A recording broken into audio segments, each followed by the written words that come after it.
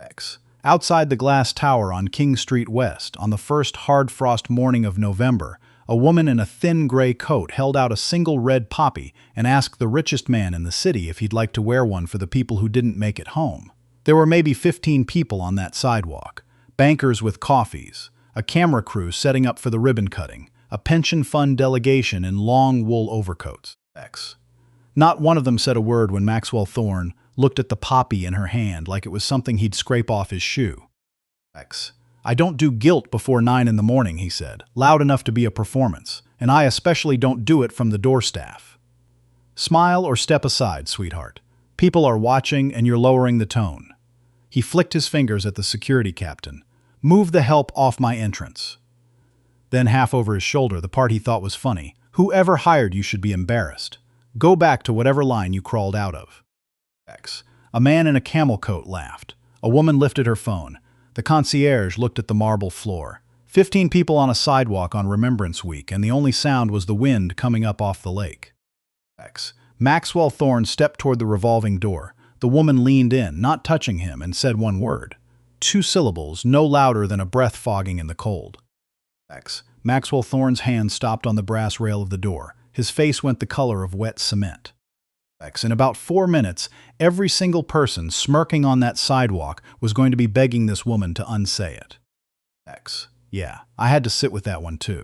I'm Blake, and I dig up the stories somebody spent real money to bury. And, friend, this one had a price tag you could see from the CN Tower. So grab your coffee. We've got 14 months to walk back through, and a little brass weight on a string that I need you to keep your eye on, because everything turns on it. X. To understand what just happened in front of that tower, you have to understand 2 mornings that started in the same city and never once touched. X. Maxwell Thorne woke at 5:45 in a penthouse on the 54th floor with the whole gray lake laid out under him like a thing he owned. His espresso machine was Italian and cost more than a used Civic. 3 phones charged on the dresser. Only one of them was in his real name. He stood at a mirror flanked by framed magazine covers. Builder of the decade, one of them said, and he ran his pitch out loud the way he had every morning for a month. X. In 4 days, Thorne Vantage Group was taking its flagship REIT public on Bay Street. A pension fund and 2 banks had soft-circled $900 million. He drank his espresso. He signed one document on a leather pad without reading past the first line, because he never read past the first line. That was what lawyers were for. His driver had pneumonia, so he'd take the car down himself. He smiled at the man in the mirror and told that man that today a fortune walked into a room and sat down. 22 kilometers east, above a halal grocery in Scarborough, a woman named Naomi Okonkwo woke at 10 to 5 with her boots already by the door. She'd laid them out the night before, the way she laid out everything the night before. 11 years in uniform does that to a person, even after the uniform's hung up. She moved through the dark without turning on a light so she wouldn't wake her mother, who'd come in past 1 from cleaning offices on Eglinton. She ate half a banana and folded the other half into a napkin for later. She pulled on the gray wool coat that wasn't really warm enough because the warm one didn't fit over the work shirt. She pinned a poppy to the lapel, and before she left, the way she did every single morning, she took a small brass plumb bob out of her coat pocket, a teardrop of metal on a waxed string, dull gold, worn smooth on one side from a thumb that wasn't hers anymore, and she let it hang from her fingers until it stopped swinging and pointed straight down at the floor. Plum doesn't lie, her father used to say. A wall is only as honest as its worst course of brick. You lay it true, baby, or you don't lay it at all. Emmanuel Okonkwo had laid brick in this city for 26 years. Half the retaining walls along the Danforth had his hands in them. He died of a stroke when Naomi was 19 and overseas, and she got the news in a tent on a base she's still not allowed to name. She came home for 9 days, buried him, and went back. She has spent a long time being a person who comes home for 9 days and goes back. Her mother came out of the bedroom in her housecoat. Comfort Okonkwo did not say don't go. She'd stopped saying don't go a few weeks earlier, after the night Naomi finally told her what she'd been doing with all those Saturdays at the records office and all those Wednesdays at the diner with the reporter. She said only, "You're sure about today, my girl?" Naomi nodded. Her mother held her face in both hands for a second longer than usual, the way you hold something you've already lost once. Then she let go. Here's the part nobody on that sidewalk knew. Naomi Okonkwo had a younger brother. His name was Daniel. No, I'll give him his whole name. He earned it. His name was Jordan Okonkwo, and he was the brilliant one. Everybody said so.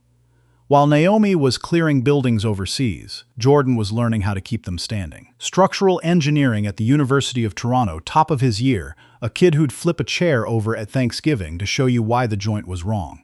He got hired at Thorne Vantage at 26. He was so proud he wore the lanyard to family dinner.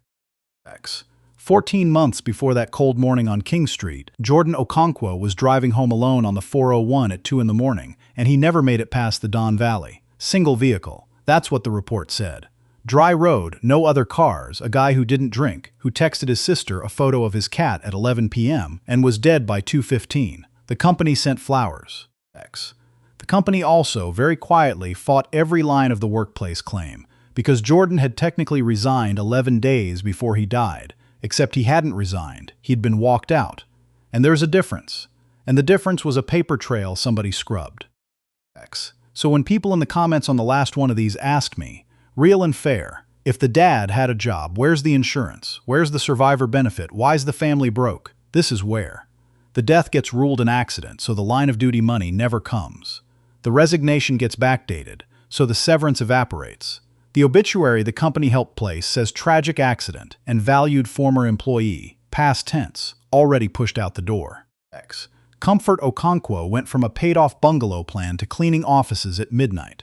Naomi came home from her last tour to bury her brother and found her mother on her knees scrubbing a boardroom floor at 1 a.m., and she made a decision in that boardroom that she has never once regretted. She didn't go to a lawyer.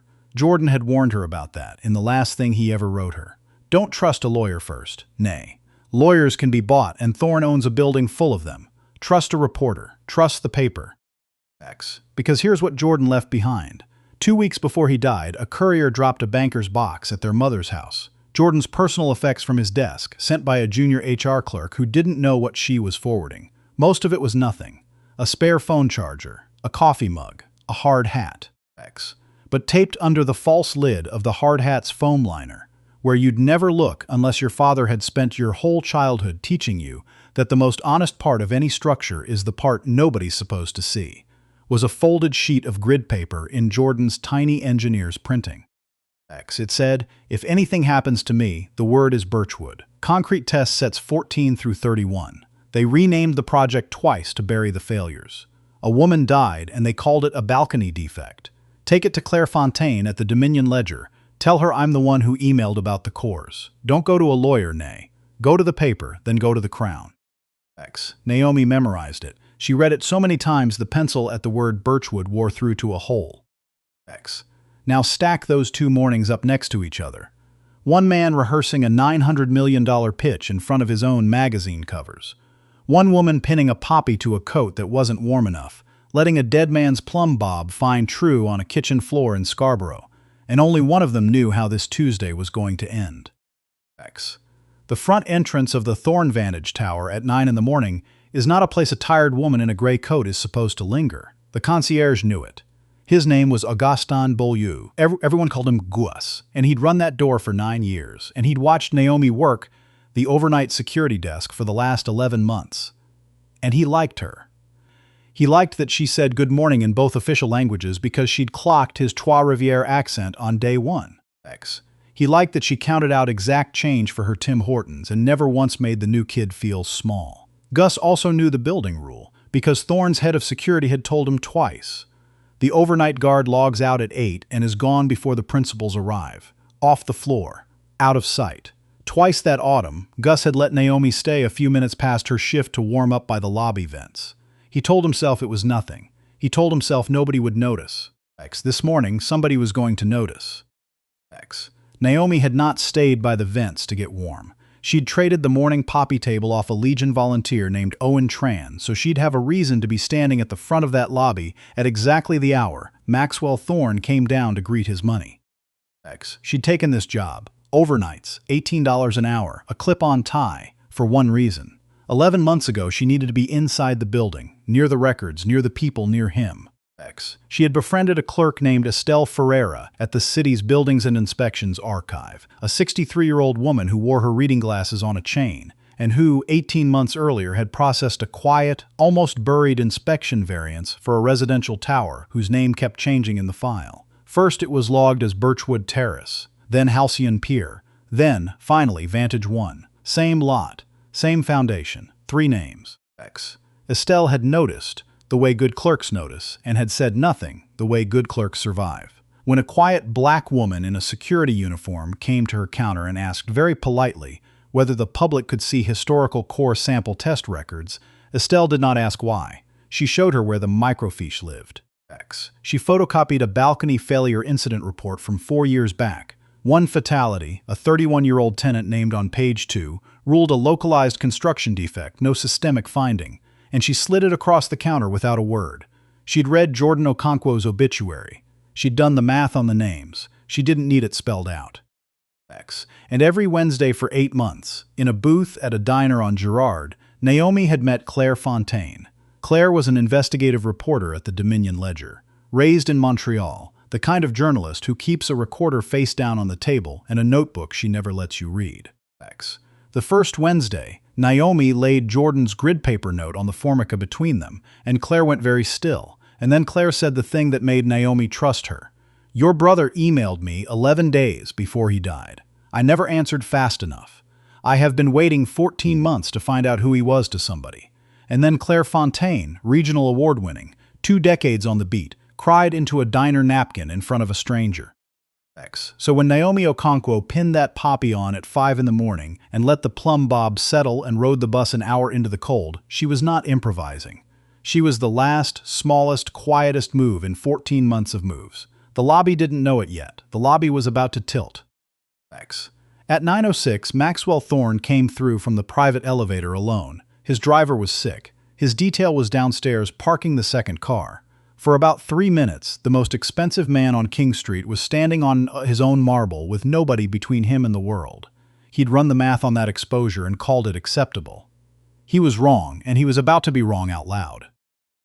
He saw the woman by the poppy table. He clocked the cheap gray coat, the clip-on tie, the dark skin, the careful posture, and he filed all of it the way a man files a smudge on a window. He meant to walk straight past. She stepped forward and held out the poppy, and she said the thing that started it.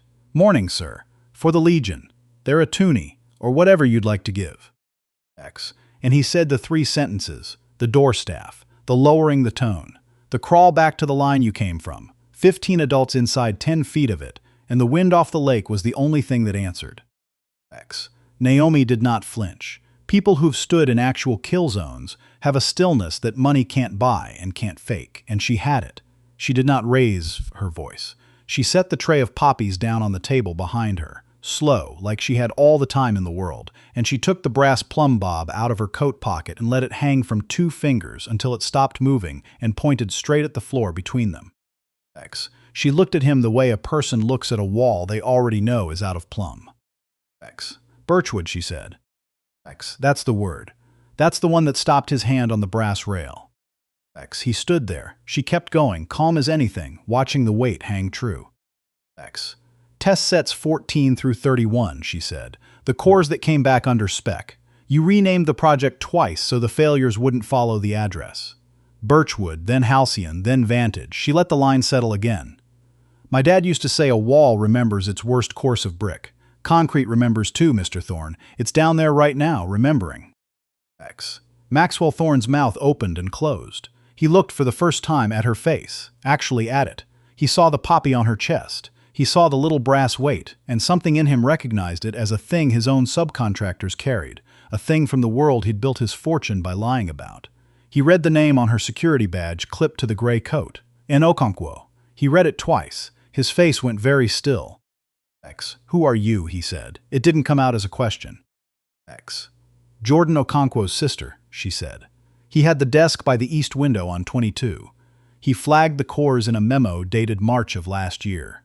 "You walked him out 11 days before he died on the 401 at 2 in the morning, and he didn't drink, and he drove with both hands on the wheel because our father taught us to." She wound the string once around her finger. "Neat. He thought I wasn't listening either, when we were kids. I was always listening." X. A black SUV slid up to the curb. Two of Thorne's security guys got out, saw their boss frozen on his own marble in front of a woman in a gray coat, and started in. Thorne lifted one hand without turning his head. They stopped. They actually stopped.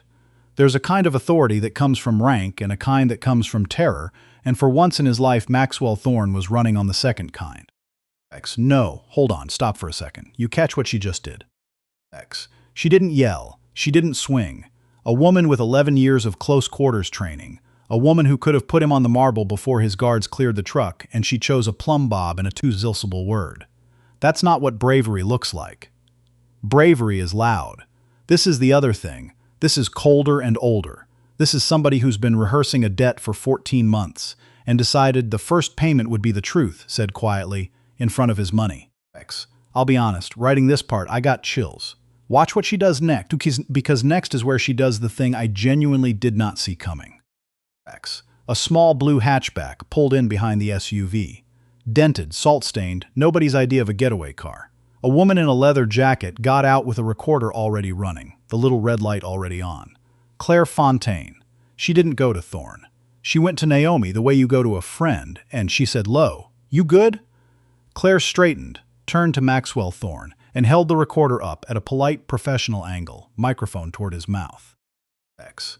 Mr. Thorne, she said, perfectly even, would you care to comment on core sample test sets 14 through 31, logged under a residential project disclosed in your REIT prospectus as Vantage 1, formerly Halcyon Pier, formerly Birchwood Terrace, and on the 2021 balcony failure at that address that killed a tenant and was filed as a localized defect with no systemic finding?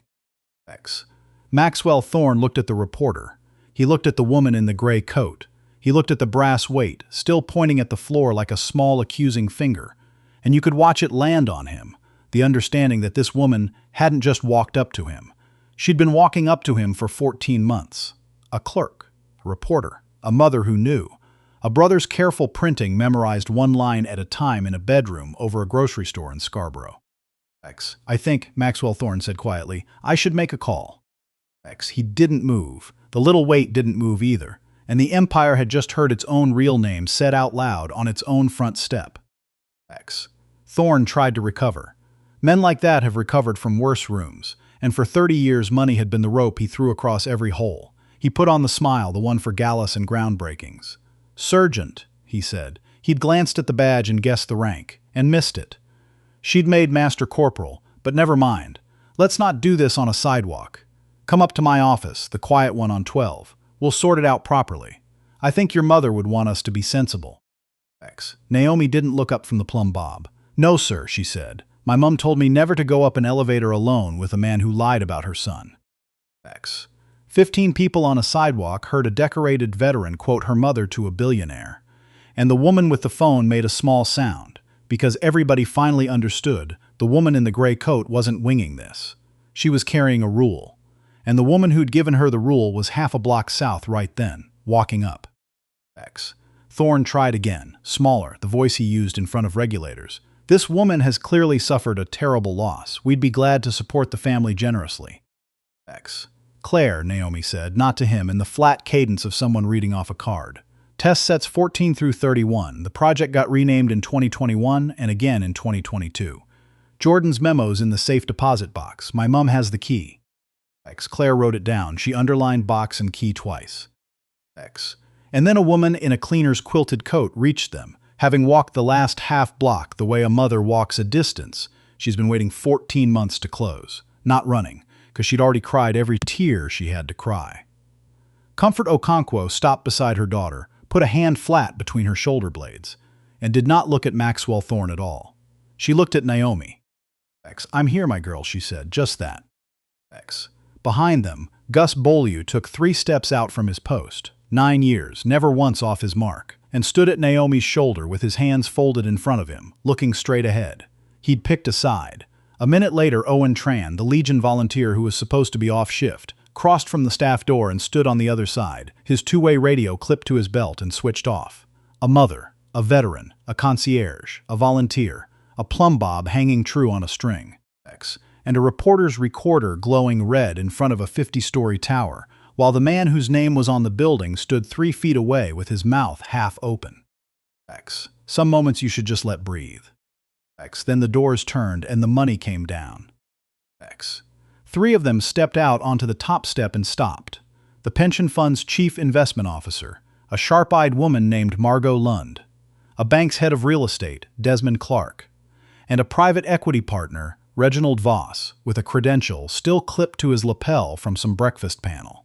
They'd come down because the 9:30 meeting hadn't started and $900 million doesn't sit politely past its start time. They'd come to find their host, X. They had not expected to find him gray-faced on the sidewalk in front of a woman with a recorder, a cleaner, and a plumb bob. X. Margot Lund already had her phone out. Pension funds have rules, and the people who run them have read every line of every rule, and she was scrolling the prospectus before anyone said a word to her. X. Maxwell, she said, in the careful tone of someone giving a man one chance to make it nothing. What is this? X. Thorne reached for the smile and couldn't quite find it. Margot, this young woman and I are discussing a community housing initiative we've been. X. I'm not an initiative, Naomi said. She didn't raise her voice. She looked straight at Margot Lund. I'm Jordan Okonkwo's sister. He worked structural on 22 for 3 years. The Birchwood cores came back under spec and he flagged them, and he's dead, and the building's still standing with people sleeping in it. X. Desmond Clark went very quiet. Reginald Voss took one small step backward, the way you step back from a fire that's about to stop being small. X. Claire Fontaine moved half a pace, not in front of Naomi, beside her, and spoke directly to the pension officer. Ms. Lund, your funds own 2023 Responsible Investment Policy Bar's capital in any asset with an unresolved life safety finding. We have core test records and a coroner-adjacent incident report suggesting Vantage One has exactly that, suppressed under 2 prior project names. I can show you the source documents in 20 minutes. On the record or off, your call. X. Margot Lund read her phone. She scrolled, she read. Her face didn't move, but the hand holding the phone went still as stone. She lifted her eyes to Maxwell Thorne and said very quietly, Maxwell. X. She turned to the aide who'd appeared at her elbow with a line already dialed. Pull everything, today. Desmond Clark typed 4 words to his real estate desk. Pause the Thorne listing. And it was 9:31 in the morning, and the $900 million deal that was supposed to ring the bell on Friday had just quietly stopped breathing on a cold sidewalk in front of a woman who never once raised her voice. Nobody had announced it. X. But the conference room on the 18th floor had just become the most expensive empty room in the country. X. And here's where I have to stop you again, because this is the fork, and it's the part I keep turning over. X. If you're Naomi, 14 months of work, a brother in the ground, a mother on her knees at midnight, and the man who did it standing in front of you with his whole world coming down, you've got the file, you've got the reporter, you've got his money walking away in real time. You can take the settlement he's about to throw at you. Your mom never cleans another office. Or you go for the throat and you watch him burn all the way down. Honestly? X. Sitting here writing it, I don't know which one I'd pick. And the thing that gets me is Naomi picked a third thing I didn't even know was on the table. Watch. X. Thorne asked for 2 minutes alone with her. Comfort Okonkwo said no, quietly, the way a mother says no to a stranger reaching for her child. Naomi touched her mother's arm. It's all right, Mum. Stay right here. 2 steps. Comfort took 2 steps back. She did not take 3. X. Maxwell Thorne came in close, dropped his voice. Whatever happened to your brother, I'm sorry. Let me make it right. A trust for your mother. Your service pension topped up for life. Wired before lunch. You walk away clean and you never have to think about this building again. X. Naomi let the plumb bob settle one more time. My brother's dead, Mr. Thorne, she said. You can't make that right. You can only stop lying about it. X. He tried the other voice then, the one that had buried people before. If you push this, my lawyers will bury your mother in motions for a decade. They'll say things about Jordan you don't want said. Be smart. Take the trust. Go home. X. My mom already heard the worst thing they could say about Jordan, Naomi answered, even and quiet. They said it 14 months ago, and we're still standing here. She looked at him, and for the first time there was something almost like mercy in it, and it was worse than anger. There is a smart version of today. The smart version is you walk inside and you phone the Crown yourself. Genevieve St. Pierre's office. Before lunch. X. You tell her about Birchwood before my mother hands the box to a constable at 11:30. X. Why? Thorne said. The word cracked. X. Because if my mother delivers it first, the story writes itself one way, Naomi said. If you call first, it writes the other way. She paused. And because my dad would have called first, he'd have trued the wall himself before the inspector ever showed up. Even with you, Mr. Thorne, he'd have done it right, so I'm giving you the chance to. X. 3 feet away, Comfort Okonkwo put a hand over her mouth. Claire Fontaine wrote one line in her notebook and underlined it 3 times. She gave him the chance her father would have given. X. Then Naomi, who had carried the truth this far, let the law pass to the people whose job it was. She'd brought the weight. She didn't have to swing the sledge. X. Claire lifted her recorder a fraction. Birchwood was the internal name for the residential build at the King Spadina lot, she said, level and professional. Core sets 14 through 31 came back below structural spec. The project was renamed Halcyon Pier, then Vantage 1, to break the paper trail. A tenant died in a 2021 balcony failure ruled a localized defect. Jordan Okonkwo flagged the cores in a memo dated March 11th of last year. X. He was walked out 11 days before he died on the 401, with no other vehicle involved, no alcohol, in dry conditions. His engineering notes are in his own handwriting. X. They're in our safe deposit box, Comfort Okonkwo said, only the second time she'd spoken on that sidewalk. Scotiabank, the Lawrence and Markham branch. The key is in my coat. X. Naomi looked at Maxwell Thorne one last time. Her eyes were dry. They'd been dry a long time. It goes to the Crown at 11:30, sir, unless you call her first. X. Maxwell Thorne stood there a long moment. He looked at the woman, at the mother, at the reporter, at his own hand, which was shaking now, unmistakably. He looked at the SUV, at the empty top step where his money had been 30 seconds ago. X. Then he turned and walked back through his own revolving door, past the concierge holding his post, past 3 institutional investors who would not meet his eye, and he rode the elevator up. And he sat down at the desk that used to belong to a junior engineer's whole future, and he put on his reading glasses, and he picked up the phone. X. At 9:51 in the morning, Maxwell Thorne called the office of the Crown Attorney.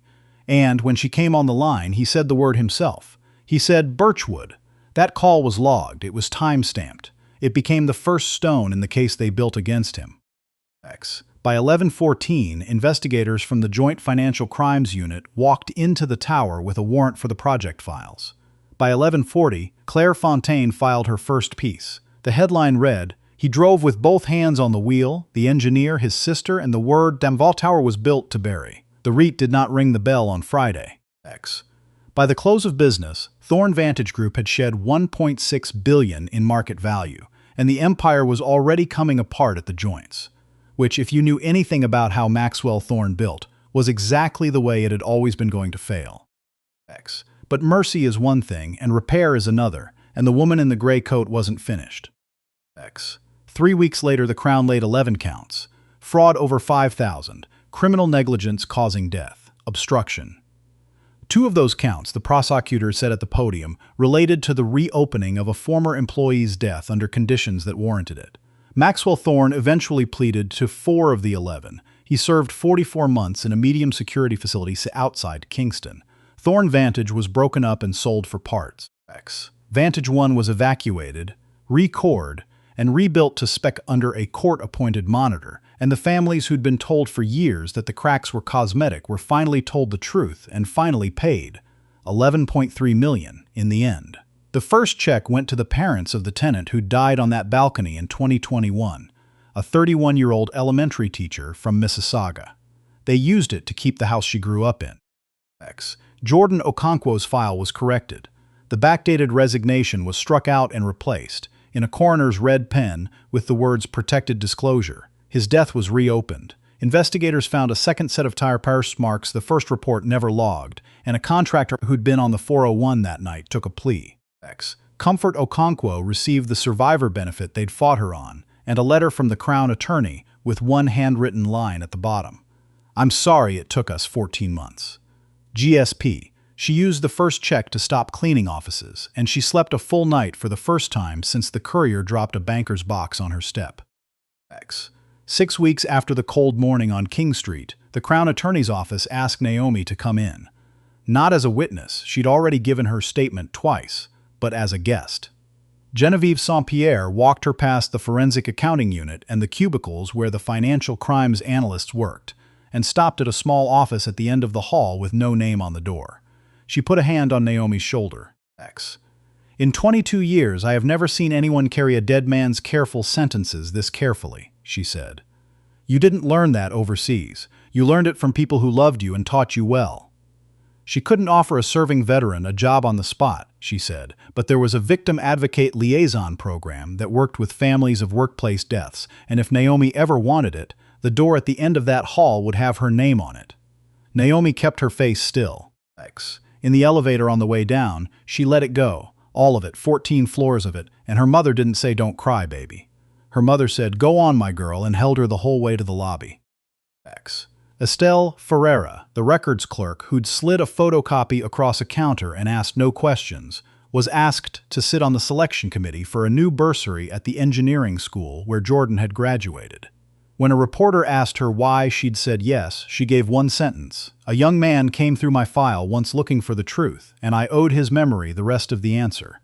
The bursary is for first-generation students in structural engineering, and it carries his name.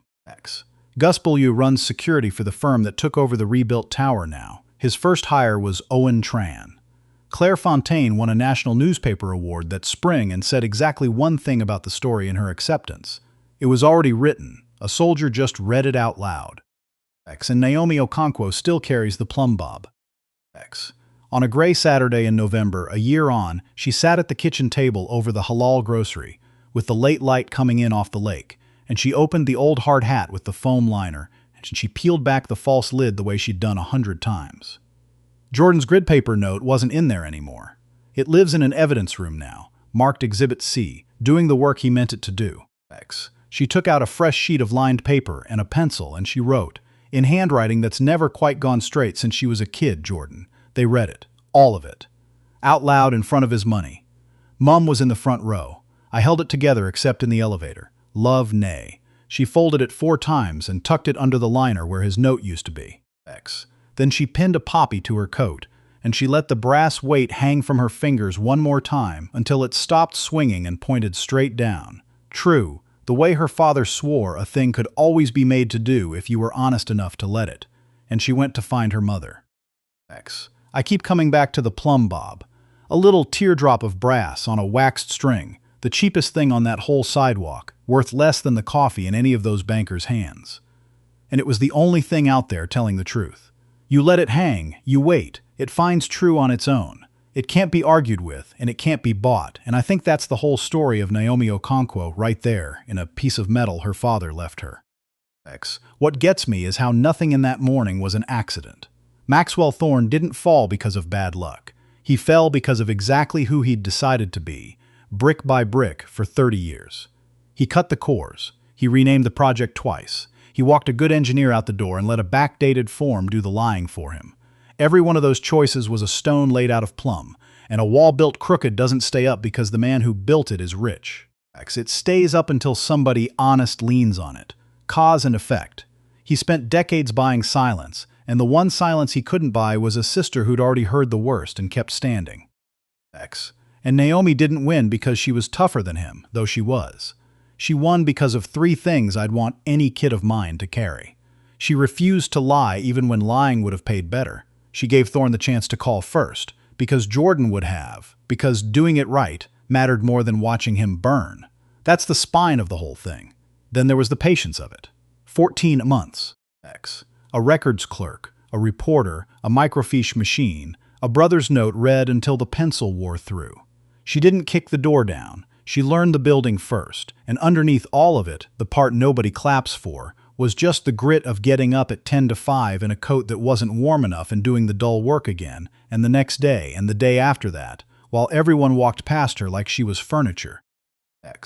That's what I'd take from Birchwood if I were 9 years old or 50. Keep your word clean, because a clean word is the one thing a billionaire's lawyers can't take apart on the stand. Use your head before your fists, because the quiet, careful person who reads the footnotes usually wins the room, and outlasts it. The truth was always down there in the concrete, remembering. It just needed somebody stubborn enough to stay in the city long enough to say it out loud. Naomi laid her stone true. Her father would have known it the second he saw it hang.